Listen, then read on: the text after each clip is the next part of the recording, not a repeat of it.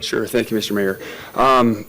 Well, the genesis of this is that there's currently very limited regulation of camping in the Lacey Municipal Code. Other jurisdictions do have regulation of camping on public property. Olympia, for example, several cities up north. Now, this ordinance does not address homelessness. This ordinance is not intended to address homelessness or in any way provide some sort of solution or fix to homelessness. My name's James Blair. I live at 14940 Prairie Vista Loop in Yelm. I'm the chairman of the Libertarian Party of Thurston County, and we are here because this ordinance is a terrible example of what a city can do to people. When this meeting started, each and every one of you stood up and said the Pledge of Allegiance. The last sentence, with liberty and justice for all. This ordinance does not promote liberty, and it surely does not promote justice. Like, I don't tell people this very much. For 9 months, I slept in my truck. For my own reasons. No, I don't fault anyone else. But multiple times, wherever I parked, I got told to move.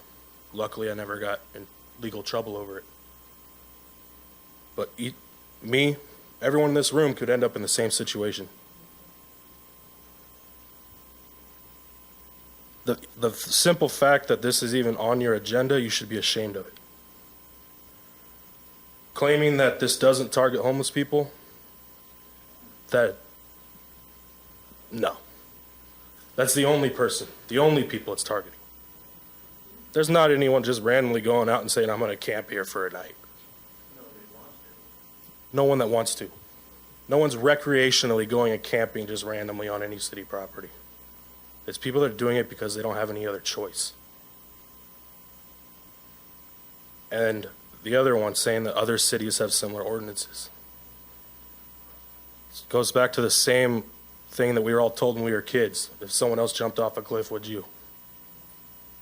It's wrong, and Lacey could be one to step forward and find a different solution that isn't punishing people for something that is not a crime towards anyone. I would suggest you rethink this and vote no on it if it comes up again. Thank you.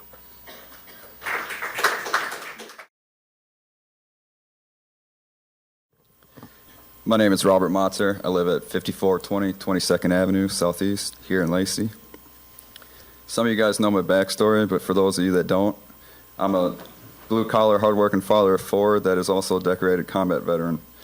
I'm fortunate enough now to own my own home and live fairly comfortable while also volunteering throughout the community with different pet rescues, gardening for the food bank, and street feeds on Saturday nights for the homeless in downtown Olympia. If you guys want to see the effects of what this ordinance could cause and the effects of homelessness, I encourage you guys to come down Saturday night, 6 to 8, downtown Olympia across from the bus depot.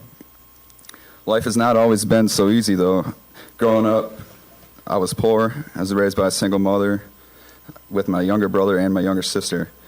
I've had to rely on Section 8 housing and support from services like Catholic Community Services, Lutheran Social Services, Big Brothers Big Sisters, and the Salvation Army.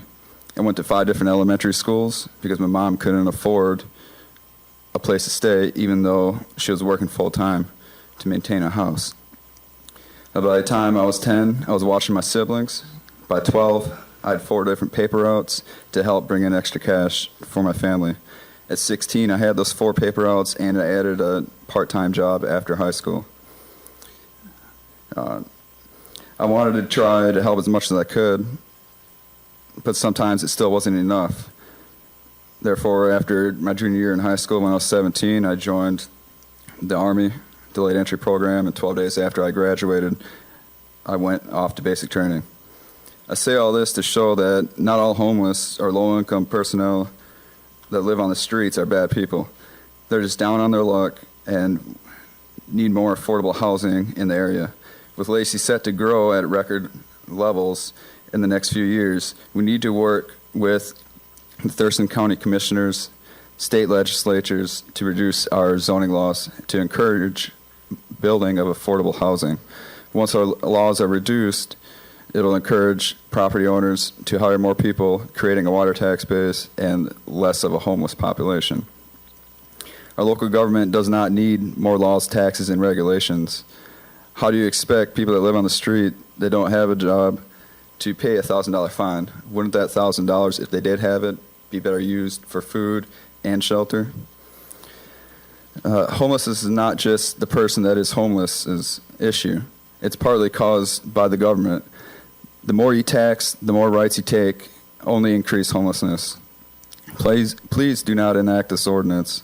Let property owners have the ability to add accessory dwelling units, tiny homes, etc., without the insane fees that we have right now to do so. It costs up to $38,000 to build a building before a shovel even hits the ground. Don't be a part of the problem and add a deterrent. Be part of the solution by creating a better solution. Thank you. Mr. Mayor, members of the council, thank you very much for this opportunity this evening. My name is Michael Wilson. I live on Carpenter Road here in Lacey. If you read the paper this morning, you would have seen an op-ed in there by Mr. Edward Pohl, and he provided us with some interesting details on the issue of homelessness and some other points. One of the other points he touched on was the cost of land use laws. Zoning and related laws, such as the Growth Management Act, have been criticized across the political spectrum by a number of people. From Paul Krugman, the New York Times economist in Princeton, I should say New York Times columnist and Princeton economist, and other people, Josh Furman of the Council of Presidents Economic Advisors under the Obama administration. Dan Bertolet of the Sightline Institute in Seattle has also criticized them. And these are just a small group. The Brookings Institute and numerous other organizations in the United States have criticized zoning regulations and other housing regulations because of their cost and the impact on the nation. Two economists published a study called Why Do Cities Matter? Local Growth and Aggregate Growth. One of them was Chang Tsai from the University of Chicago and Enrico Morietti of the California Institute of the University of California at Berkeley.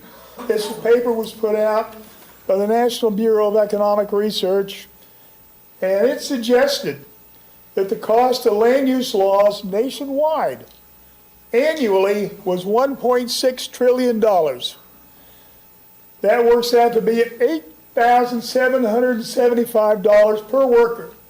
And a follow-up paper suggested that that was going into higher housing payments. In other words, everybody who pays their house note sees a higher cost simply because of these regulations.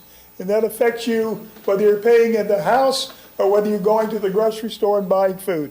There are a number of things this does, from putting people out of work to causing homelessness. It is a big cause of homelessness. We need to think back that up until 1980, we didn't have this crisis with homelessness. In the 1970s, we got these zoning laws nationwide, although they started back in 1916, thanks to the racist history of America. And we have been dealing with them ever since. They have compounded and compounded. Now we're seeing the impact. Another organization suggested that another group of economists, John Quigley and Stephen Raphael, wrote a book or a study called The Economics of Homelessness, The Evidence from North America. The conclusion is our results suggest that simple economic principles governing the availability and pricing of housing and the growth in demand for the lowest quality housing explain a large portion of the variation in homelessness among U.S. metropolitan housing markets.